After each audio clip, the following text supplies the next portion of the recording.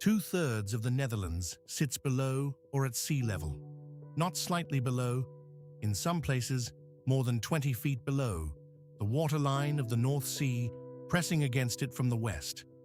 For centuries, the Dutch built dikes and drained the land, pushing the boundary between habitable ground and open water a little further with each generation. But the sea always had the final argument. On the night of January 31st, 1953, it made that argument conclusively. A storm surge from the North Sea overwhelmed the dikes across the southwest of the country. Entire villages went under. More than 1,800 people died in the Netherlands alone.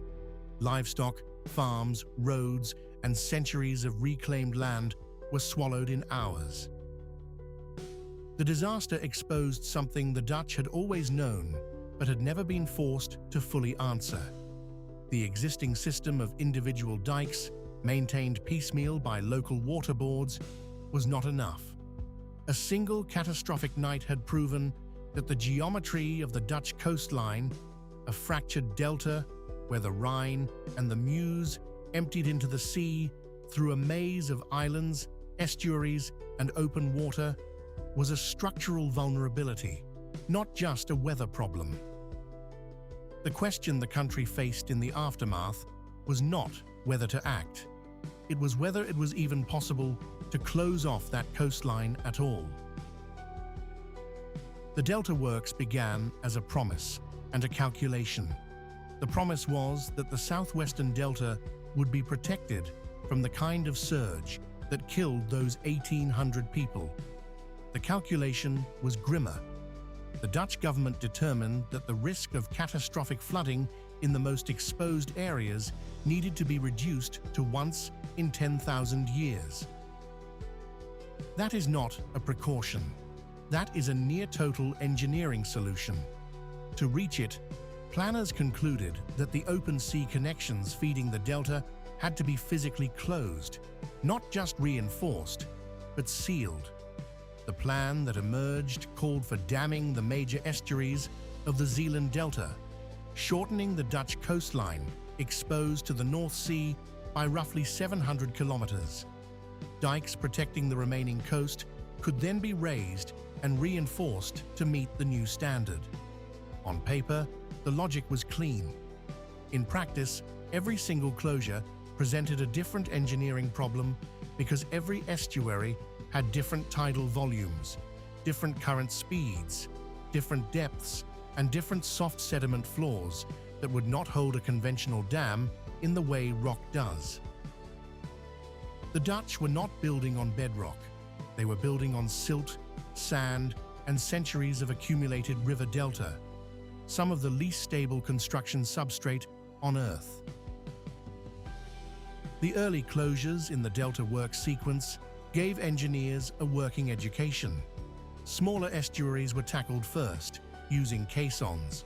Prefabricated concrete sections floated into position and sunk, and earthen dams built up progressively from both sides of the gap. Each closure had to account for the tidal surge trying to push through the narrowing gap as it shrank. As the opening got smaller, the water moving through it got faster. Engineers called this the critical phase. Currents through a nearly closed gap accelerated to the point where conventional dumped material would simply be washed away before it could settle. The solution for smaller closures was to move fast, close the final gap in a single controlled action before the currents could undo the work. These early closures worked, but they also made clear that the same method would not scale to the largest challenge in the system. The Oosterschelde, the Eastern Scheldt estuary, was the problem that almost broke the entire project. It was the largest open water body in the delta, a tidal inlet stretching deep into the province of Zeeland, feeding a rich marine environment including oyster and mussel beds that had sustained local fishing communities for generations. The original Delta Works plan treated the Oosterschelde the same way as the other estuaries. close it with a solid dam. Construction began on that basis. Then the opposition grew loud enough to change the engineering. Environmental groups, ecologists, and fishing communities argued that a solid dam would kill the tidal ecosystem of the Oosterschelde entirely. The salt water would be cut off, the tidal flats would stagnate, and the fishery that people depended on would collapse. The Dutch government faced a genuine conflict between two legitimate goals: protecting lives from the sea and preserving a living ecosystem from the solution meant to protect those lives. This was not a technical dispute. It was a values dispute that required a technical answer. What engineers eventually proposed, and what was ultimately built, was something that had never existed before at this scale. Instead of a solid dam, the Oosterscheldekering became a storm surge barrier, a structure that would normally stand open, allowing tidal flow to pass through freely, but could be closed within about an hour when a dangerous storm surge was forecast. It was, in engineering terms, a compromise between a dam and nothing, except the compromise had to perform as well as a dam when it mattered. The mechanism required 62 steel gates, each one weighing several hundred tons, housed in concrete piers resting on the estuary floor. The piers themselves were enormous prefabricated concrete structures built on land at a special construction island and floated out to their positions on the estuary bed.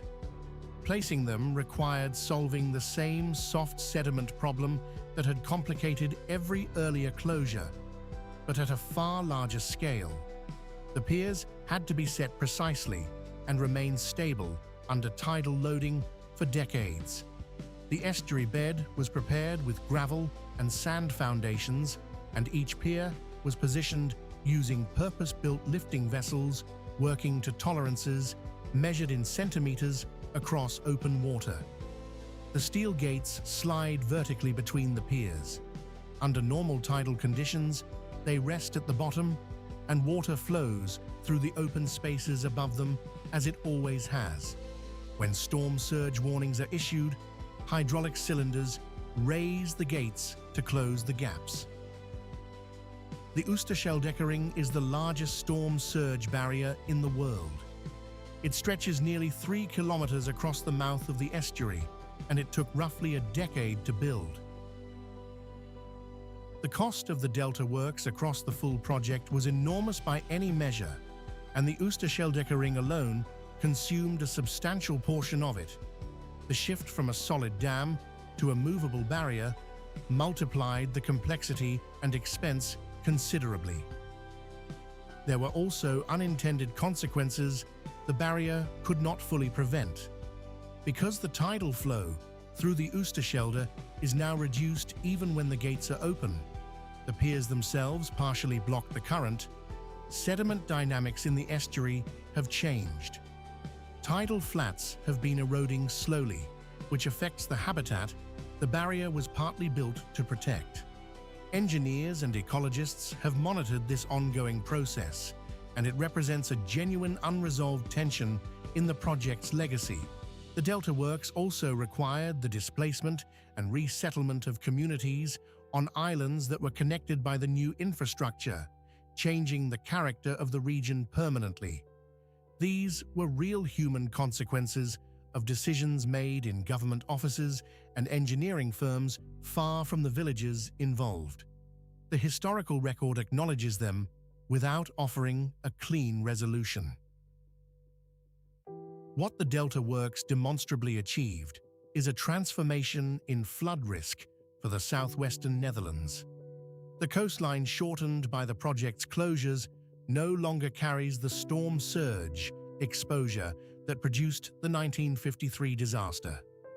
The barriers and dams have been tested by North Sea storms in the decades since their completion, and the Oosterscheldekering has been closed dozens of times to protect against surges that would otherwise have threatened low-lying areas behind it.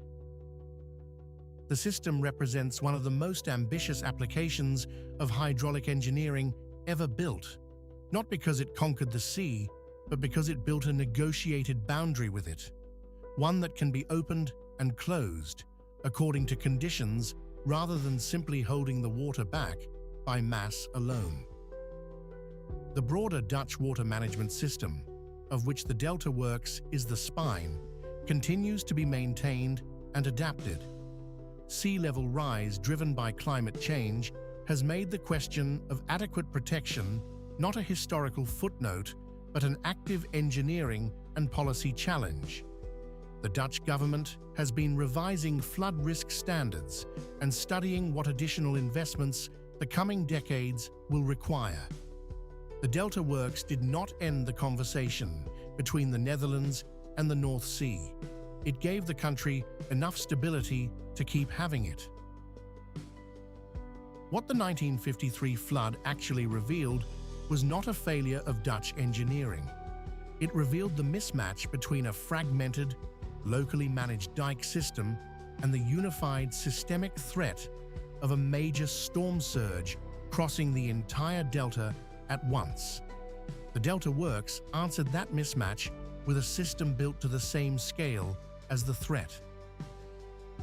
The Oosterscheldekering in particular answered something harder, that the scale of a solution creates its own consequences, and that those consequences have to be designed for, not discovered, after the concrete sets. The storm surge barrier that now stands across the Eastern Scheldt is not the structure the original plan called for. It is what the plan became when the engineering had to absorb a values conflict it could not simply override. That is the decision that made it work. Not the concrete, not the steel gates, not the construction island or the positioning vessels. The decision to treat the estuary as something worth preserving while protecting the people behind it, and then to build a structure complex enough to do both. Whether that balance will hold as sea levels continue to rise is the question the Delta Works leaves open, not as a failure, but as the next problem in a conversation the Dutch have been having with the water for a very long time.